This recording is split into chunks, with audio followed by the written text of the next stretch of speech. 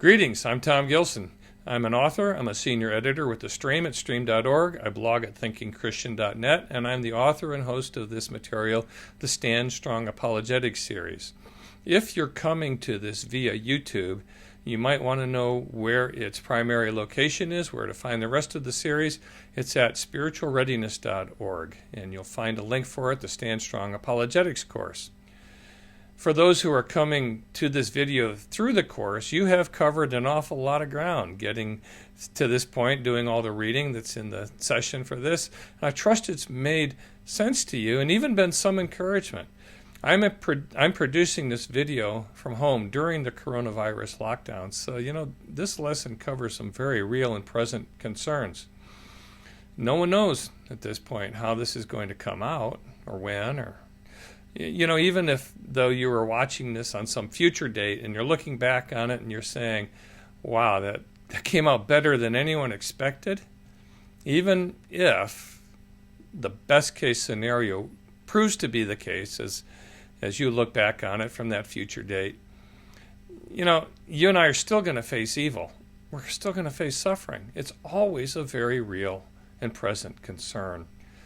It was a very present concern when I stood at my cousin Brian's bedside in the hospital, hardly recognizing him at all, not long after he'd been shot for pretty much random reasons, just walking his dog in his neighborhood. He died of that injury. And he wasn't the first of my cousins to be murdered. Jeanette was 35 years old when she went jogging, and she encountered a very evil man along the trail. It was a very present concern as I was comforting the husband of another one of my cousins the morning after she took her own life, violently. And it's really been a present concern in my own life and my immediate family, and as we've had to deal with years of chronic illness and injury.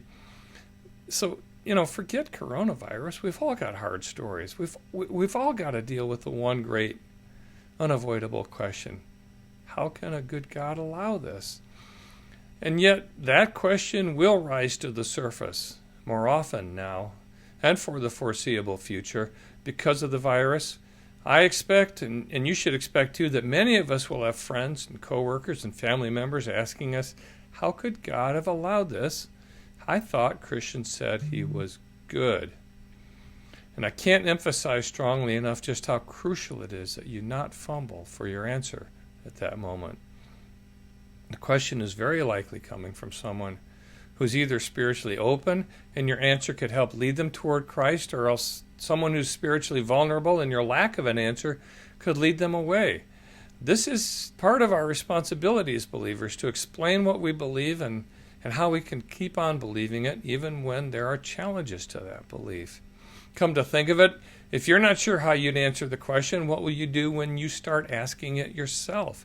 Because God does have a way of bringing us to the point where we have to decide to keep on believing, no matter what. And I'm not saying, by the way, that everyone who asks it is at a spiritual turning point. Skeptics might ask it with a sneer. If they do that, you could follow Jesus' example. He gave answers as far as people were ready to receive them, as far as they were ready to take them in and act on them responsibly. And he actually didn't answer much beyond that point. You can tell usually if a person is ready to listen. Although actually, if you're not sure, it's better to err on the side of giving answers rather than cutting the person off. That's a matter of discernment where you'll need to gather and use all your wisdom as you answer. And it takes discernment too to know what kind of question is the person really asking. Are they interested in the philosophical, theological answer? And that's an important one sometimes. But sometimes they're really saying, I can't believe how bad this hurts. Why me? How am I going to make it through this? There's guidance for that in the reading on how to tell the difference and what to do. And by now I trust you've read that. I can't review all the reading, of course. I do need to hit on yet a couple more high points, though, including the hardest page of all in the reading, which is the atheist's problem of evil. And after that, I'll close off with a review of the single most important point of the whole session.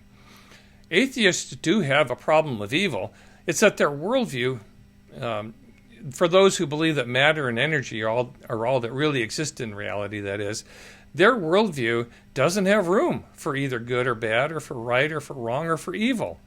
That doesn't mean they don't know the difference between these things. They might know it as well as anyone. It also means they don't do good. Doesn't mean that they don't do good things. They can, and they do.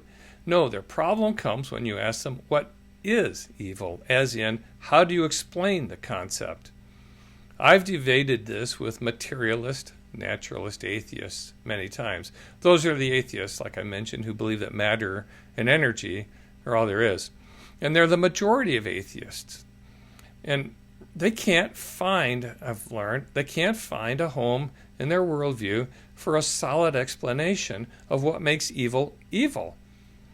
Evil for them typically comes down to preference, individual or societal. It's a code word for I don't like that, or we don't like that. Well, then the question becomes, how does anyone's preference like that become anyone else's obligation, as in moral obligation? One of these debates was with a West Coast music professor whose name was Paul. He was convinced that that morality was just societal agreement. So I said to him, if that's what you think, then you give up the right to say that slavery was wrong in North Carolina in 1855, because the dominant view in society, especially among the dominant part of society, the dominant culture, was that slavery was right. And he agreed. He said, you're right. I can't say that slavery was wrong in North Carolina in 1855. Ouch. That's unbelievable. And yet at least he recognized the slippery ground his worldview stood upon. I hope that clarifies some the atheist problem of evil. And yet one more thing I need to say and it's the most important point of all. God is God, and we aren't. God is God, and we aren't. How does that bear on the problem of evil? Well, his ways and his purposes aren't ours. We want good to mean comfort, significance, prestige, pleasure, all the typical earthly goods. With God, though, good means being filled with love, worship, faith, and other virtues that will carry us into eternity and that will carry with us into eternity. He has a curriculum for each of us to turn us away from false goods, from deceptive goods, and to teach us the true ones. If we can't understand it all, why would that surprise us? Why should we expect it to be obvious? If we could understand God fully, why we'd be gods like him. He should be worshiping us if that were so. But no, oh my goodness, nothing could be more infinitely distant from the truth. The book of Job reminds us that he alone is God. Hebrews 12, verses 3 through 11 teach us that God has a good curriculum for us to go through in our learning journey.